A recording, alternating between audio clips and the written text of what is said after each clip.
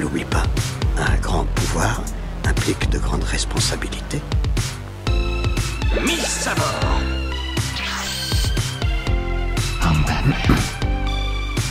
Up in the sky, it's a bird. It's a plane. It's Superman.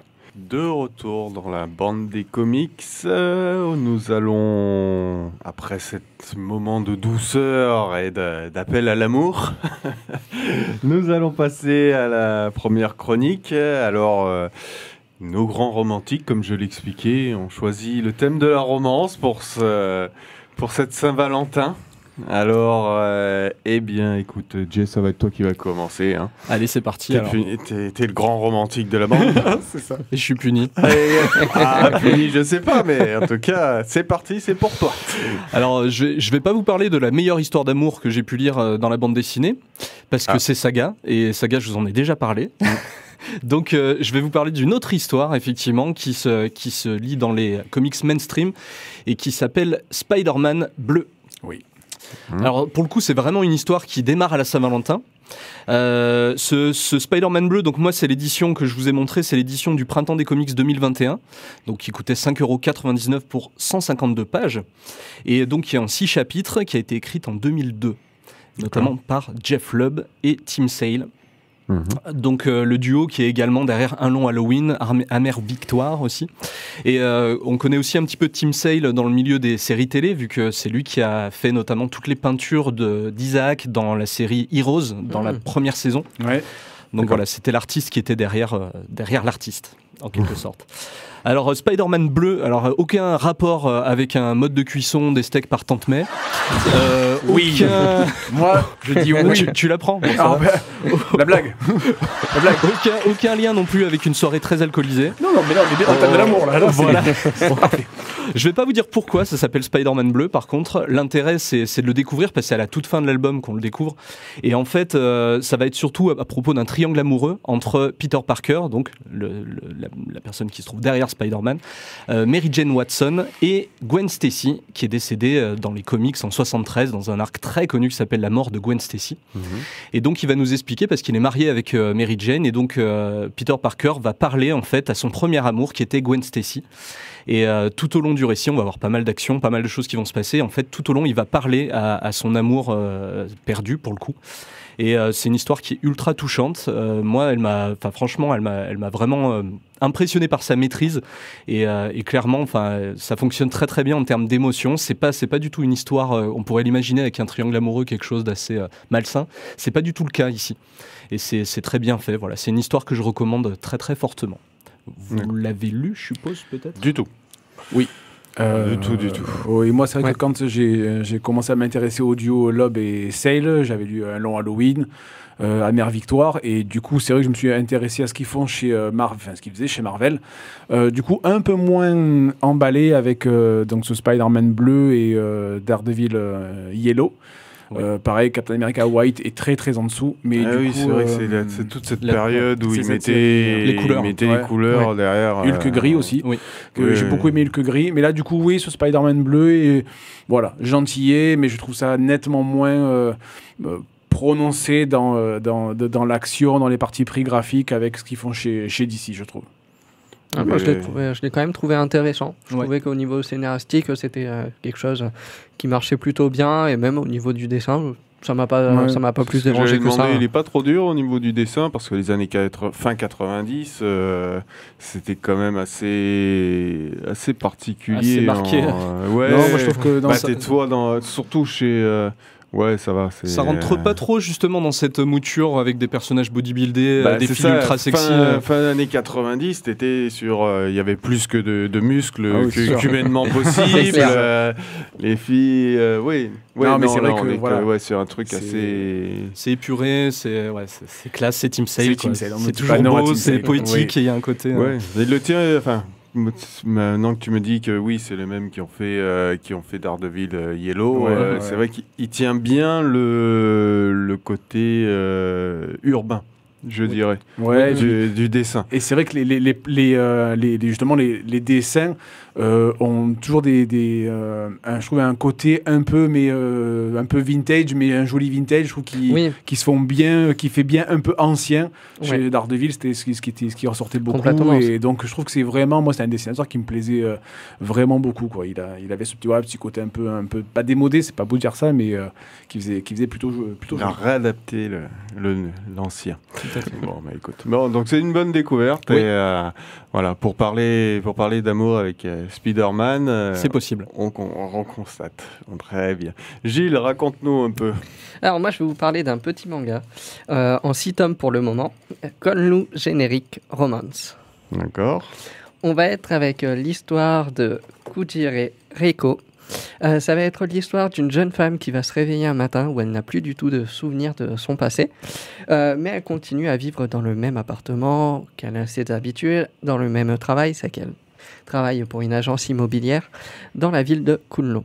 Kunlo, c'est une ville où on ne sait pas où elle se situe, on ne sait pas quelle est la temporalité, si elle est dans le passé, dans le présent ou dans le futur. Sachant que Kowloon, c'est un quartier d'Hong Kong.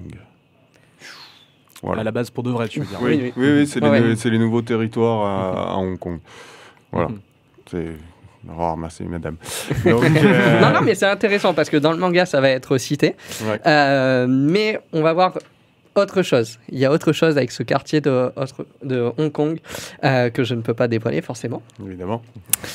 Et du coup, on est avec cette jeune femme qui part à son travail de tous les jours dans l'immobilier et elle est amoureuse de son collègue. Sauf que dans ce roman, il n'y a quasiment pas d'action. Ça va être vraiment des rencontres autour de l'immobilier. C'est avec des personnes qui vont venir rechercher des appartements, faire des visites, qui vont devoir repeindre aussi. Et elle va faire visiter à son collègue Conlu, qui vient à peine d'arriver. Et voilà, ça va être vraiment une balade en amoureux dans ce quartier de Hong Kong. Donc la série est déjà terminée ? Non, pas encore. Elle est en d'accord. cours. C'est qu'on n'a pas. C'est en cours de publication. C'est en cours de publication. On n'a pas encore vraiment la fin. Et c'est vraiment très très. Donc on est sur du manga romantique. Romantique avec un petit plus que je ne pourrais pas dévoiler. Il y a du petit plus. Il y a un petit plus. C'est Valérie Damido pour refaire les appartes. Du voilà, coup, si j'ai bien compris. C'est ça le petit plus. Voilà, pas osé la faire. Il y a des fiches conseils. Pardon, que j'ai fait aujourd'hui, c'est moi. Voilà. Avec des couleurs top et sable. Il y a des fiches conseils dedans. Et du marouflage. Oui. Mais d'accord, ok. Non, c'est vraiment très très chouette. Et alors, présenté comme ça, c'est pas du tout lassant. Il n'y a pas de. C'est vrai qu'on est habitué à lire quand même des choses, soit BD ou quoi, où ça bouge un petit peu. Là, non. C'est pas lassant parce que du coup, je vais revenir sur mes petits plus, parce qu'on ne sait pas du coup quelle est cette temporalité. Et c'est là que réside toute la subtilité. C'est ça. On ne sait jamais si quand se situe Conlu, est-ce que c'est dans le passé, présent ou futur. Alors, quand tu en parlais, ça me faisait penser un peu au film Dark City. Je sais pas si vous on est un peu dans le thème. Ce gars qui se réveille tous les matins, en fait, lui, il reste le même évidemment, mais le décor change, ses connaissances changent, et donc on se pose évidemment la question de savoir, mais pourquoi il y a tous ces changements autour de lui, sauf lui. Un film qui était assez barré, je m'en souviens. T'as mis le doigt dessus. On est un peu sur ce thème-là, sur qu'est-ce qui va se passer. Dessus. C'est ce que je dis, c'est dedans. Pas passer loin. Ouais, c'est sûr. Bon, et c'est chez Kana, je crois. Chez Kana, exactement. Ouais. Non, c'est un thème de manga que je connais pas, ou du moins que je pratique pas. Mais les dessins sont propres, classiques. Écoute, c'est une bonne découverte. Rémi ? Alors, pour ma part, je vais vous parler, petite photo téléachat, de Malgré tout, de Jordi Lafèbre. C'est sorti chez Dargo. Alors, Gilles, toi, tu le connais Jay, du tout. Du tout, RD ? Du tout. C'est une bande dessinée, un roman graphique sur l'amour. Alors, avec une particularité aussi, un petit plus, Gilles. Alors, je vous dévoile rien, mais en fait, le principe de cette histoire d'amour, c'est qu'elle est racontée à l'envers. Alors, je ferai un parallèle avec le film Irréversible dans la manière dont c'est tourné, juste dans la manière dont c'est tourné, parce qu'en fait, vous connaissez les événements, voilà, puisque les événements, quand on commence par la fin, les événements ont eu lieu, mais on ne sait pas comment ils en sont arrivés à ces événements. Et alors, je pensais pas autant aimer, Mais alors, j'ai été totalement bouleversé et emballé par ce roman graphique. Voilà, en fait, raconter à l'endroit, ça n'aurait eu quasiment aucun intérêt. Mais du coup, de commencer par la fin, d'avoir ce postulat en fait, de fin. Et nous, en fait, on va suivre tout le cheminement. En plus, évidemment, c'était fait exprès. En fait, il manque des chapitres. C'est-à-dire que ça ne suit pas les chapitres du numéro 1 ou numéro 12. C'est qu'on voit dans le chapitrage qu'il en manque. Et justement, donc, ce sont des ellipses qui ont été faites volontairement par l'auteur. D'une part, j'adore cet auteur que j'avais découvert avec Les Beaux Étés, qui était sorti lors d'une édition des 48 heures de la BD. Comme quoi, cette opération sert. Et du coup, c'est un dessin qui tend vers un peu le Walt Disney, on va dire.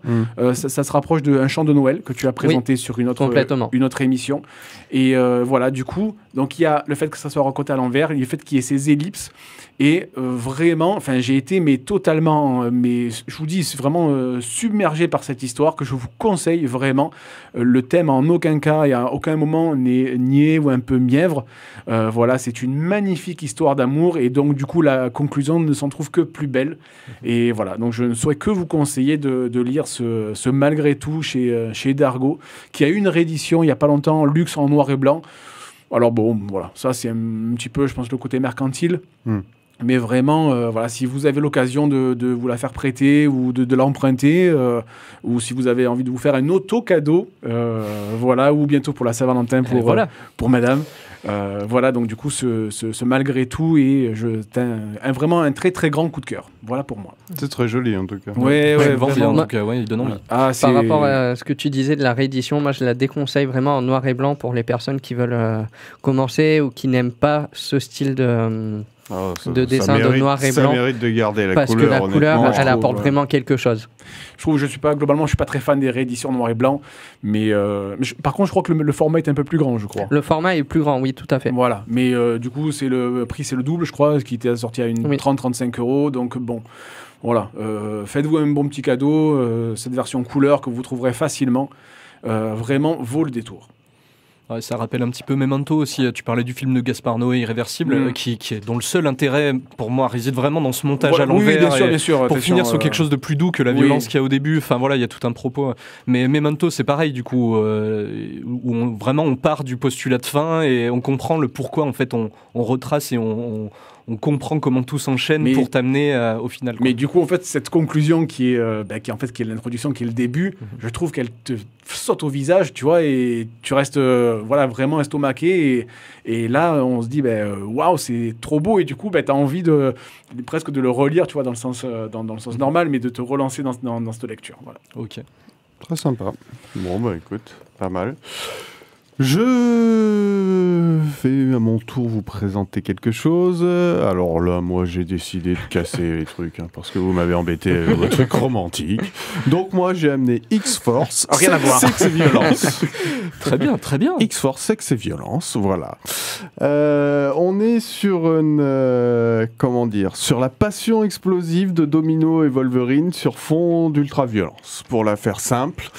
Voilà. C'est quand même une histoire d'amour. Qu'est-ce que c'est que ça ? J'ai jamais entendu parler de ça, quoi. Tu n'as jamais entendu parler de ça. Alors, Domino, c'est celle qui apparaît dans Deadpool. C'est le cas de la chance. Le cas de la chance, voilà. Son pouvoir, c'est la chance. Et elle est à l'origine de cette chose. Donc en fait, c'est comme un add-on qu'on pourrait faire à la série X-Force. Ça ne se mélange pas vraiment avec ça. C'est Domino qui a mis et qui a piqué ce qu'il fallait pas à la main. D'accord. Et qui revient plutôt ensanglanté à X-Force, et Wolverine tombe sur elle à ce moment-là. D'accord. Voilà. Et il va l'aider à se sortir de ce mauvais pétrin. Donc on est sur quelque chose de très court. On est vraiment sur ce que j'appelle du roman graphique. Hein. On est sur du dessin, je dirais même de la peinture de Gabriele Dell'Otto. D'accord. C'est magnifique. Donc c'est absolument splendide. Et pour ce qui est de l'histoire proprement dite, alors bien sûr ça va à 100 à l'heure. Hein. Oui, j'imagine. On est sur quelque chose de très comment dire, dynamique. Ouais, très dynamique. On n'est pas là pour la réflexion métaphysique. Hein. De toute façon, les deux personnages sont pas connus pour ça. Non. Mais il y a justement cette attraction qui se fait au milieu de tout cet ensemble va avec en fait. Voilà, cette ultra-violence amène une proximité très forte entre ces deux personnages. On sent qu'il y a un passif derrière et cette attraction se pousse au fur et à mesure et vient connaître sa conclusion. Il y a sexe dans l'histoire, mais faut pas s'attendre. Voilà, ouais, il y a une scène où ça finit par péter les meubles, mais ça va avec avec le classique. Donc, mais sinon, on est plus sur comment dire. C'est ceux qui ont on est plus sur du non-dit, du sous-entendu et on sent que voilà, c'est cette tension qui s'amène et puis le dessin de Gabriele Dell'Otto, si vous ne connaissez pas, c'est vraiment quelque chose à découvrir. Ouais. Même sur internet, hein, vous tapez Gabriele Dell'Otto, vous verrez les dessins qu'il fait, enfin les peintures qu'il fait et voilà, moi j'ai été bluffé. Il y a Secret Wars aussi qu'il a fait aussi, enfin une des Secret Wars, parce que vous savez comme moi qu'il y a Secret Wars, etc. Ouais, il y en a eu un wagon. Ouais, voilà, il y a plusieurs noms. Mais c'est très beau, il y a de l'action. Alors c'est sûr, on est plus sur du bel objet, je dirais, parce qu'on n'est pas sur énormément de pages, on est sur une petite centaine de pages. Et encore, vous avez les add-ons à la fin pour vous aider. Mais voilà, on n'a pas. C'est un bon moment, c'est pour connaître ces deux personnages d'une façon différente et apprécier le travail de l'auteur. Donc voilà, moins Très romantique que vous les gars, mais c'est une facette de l'amour aussi. C'était mon choix. Voilà. Bon, on passe à notre deuxième coupure musicale. Donc, qui c'est cette fois? C'est encore moi, parce que c'est du 100% moi cette fois-ci en fait. Je trouve qu'il n'y a plus du tout de démocratie. Si on te gêne, tu dis voilà, on va y aller nous. C'est en mode dictature. Donc les Guns. Je vous avais demandé effectivement, mais du coup j'ai rempli avec un autre morceau effectivement des Guns, qui est la BO du film préféré de Rémi. Oui. Love and Thunder. Thor. On le sait. J'avais complètement oublié ce film même. Ah là là là là là. Allez, envoie-nous ça.